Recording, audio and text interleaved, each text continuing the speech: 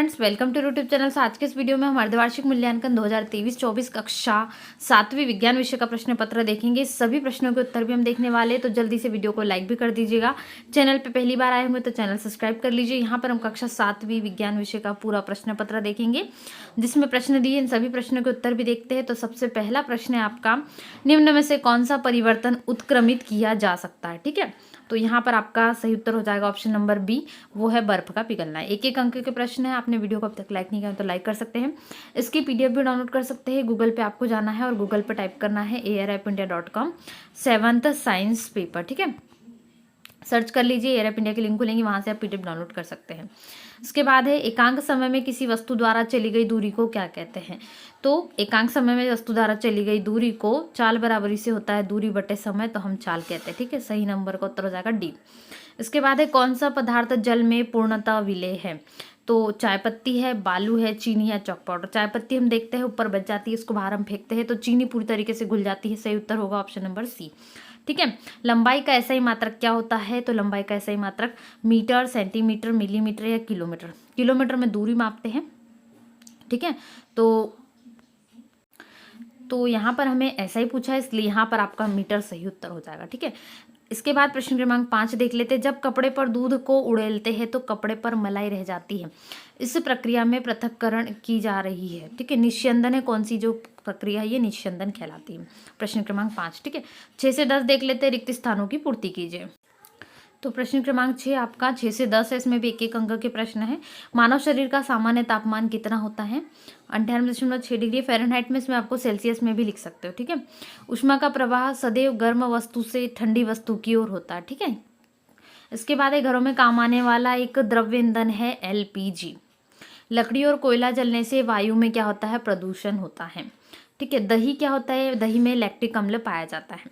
तो ये कुछ प्रश्न है। अब बाकी प्रश्नों के भी उत्तर देखते हैं। अति लघु उत्तर ये 11 से 16। ठीक है, 1 से 2 वाक्य में हमें उत्तर लिखना है। मूसला जड़ और रेशेदार जड़ में 2 अंतर लिखिए। ठीक है, चलिए देखते हैं। तो उत्तर लिख लीजिएगा, मूसला जड़ और रेशेदार जड़ में 2 अंतर। मूसला जड़ के अंदर एक मुख्य जड़ पाई जाती है, जबकि रेशेदार जड़ में मुख्य जड़ का अभाव होता है। मूसला जड़ की लंबाई के अनुपात में बढ़ती है, जबकि रेशेदार जड़ लंबाई और चौड़ाई दोनों तरफ बढ़ते रहती है। मूसला जड़ में शाखाएं पाई जाती है, जबकि रेशेदार जड़ में मुख्य जड़ के अभाव के कारण शाखाएं नहीं पाई जाती। ठीक है, इसके बाद है पोषण। ठीक है, अगला क्वेश्चन हमारा क्या है, अगला क्वेश्चन है, पोषण किसे कहते हैं, भोजन के प्रमुख घटकों के नाम लिखिए। ठीक है, तो चलिए देखते हैं प्रश्न क्रमांक 12 का उत्तर। तो आपका क्वेश्चन नंबर 12 है, हमारे भोजन में विभिन्न प्रकार के पोषक तत्व यानी न्यूट्रिशन जैसे कार्बोहाइड्रेट, वसा, प्रोटीन, खनिज लवण और जल है, यानी इसका पता चलता है, जिसे हम पोषण कहते हैं। पोषण 2 प्रकार के होते हैं, स्वपोषी पोषण और परपोषी पोषण। ठीक है, चलिए इसके बाद हमारा अगला प्रश्न क्या है, भौतिक परिवर्तन किसे कहते हैं, कोई 2 उदाहरण लिखिए। ठीक है, चलिए देखते हैं। तो उत्तर हो जाएगा आपका, भौतिक परिवर्तन के अंतर्गत वे सभी परिवर्तन आते हैं जिनमें पदार्थ की रासायनिक प्रकृति या रासायनिक पहचान में कोई परिवर्तन नहीं होता है। जैसे किसी बर्तन पर पानी डालकर नीचे से ताप दे तो पानी वाष्प में बदल जाता है। अगर उस बर्तन के ऊपर ढक्कन रखे तो वो वाष्प पुनः जल में परिवर्तित हो जाता है। यह एक प्रकार का क्या है, भौतिक परिवर्तन है। ठीक है, इसके बाद का प्रश्न देख लेते हैं। परिसंचरण तंत्र किन से मिलकर बना है, प्रश्न क्रमांक 14 है। तो परिसंचरण तंत्र देखते हैं।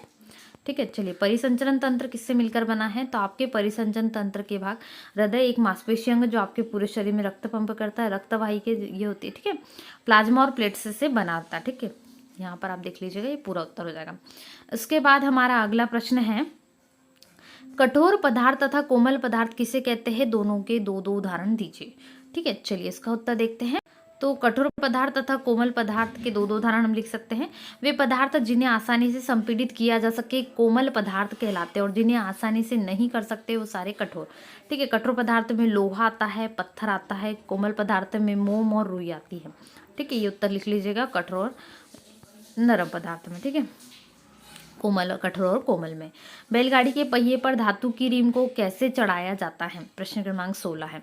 चलिए प्रश्न क्रमांक 16 का उत्तर देख लेते हैं। बैलगाड़ी के पहिए पर धातु की रिम को कैसे चढ़ाते हैं। तो लकड़ी से बने बैलगाड़ी के पहिए पर लोहे की रिम कसने के लिए रिम को गर्म किया जाता है, जिससे रिम का आकार बढ़ जाता है, जिसे चढ़ने के बाद ठंडा कर लेते हैं। ठीक है, तो ये इसी प्रकार से चढ़ाया जाता है।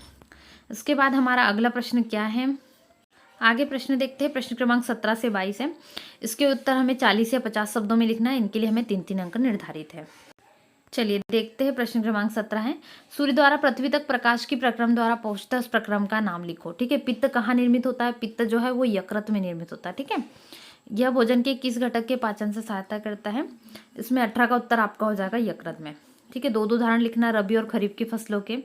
गर्मी के दिनों में अधिक पसीने निकलने पर कपड़ों पर सफेद धब्बे क्यों बन जाते हैं?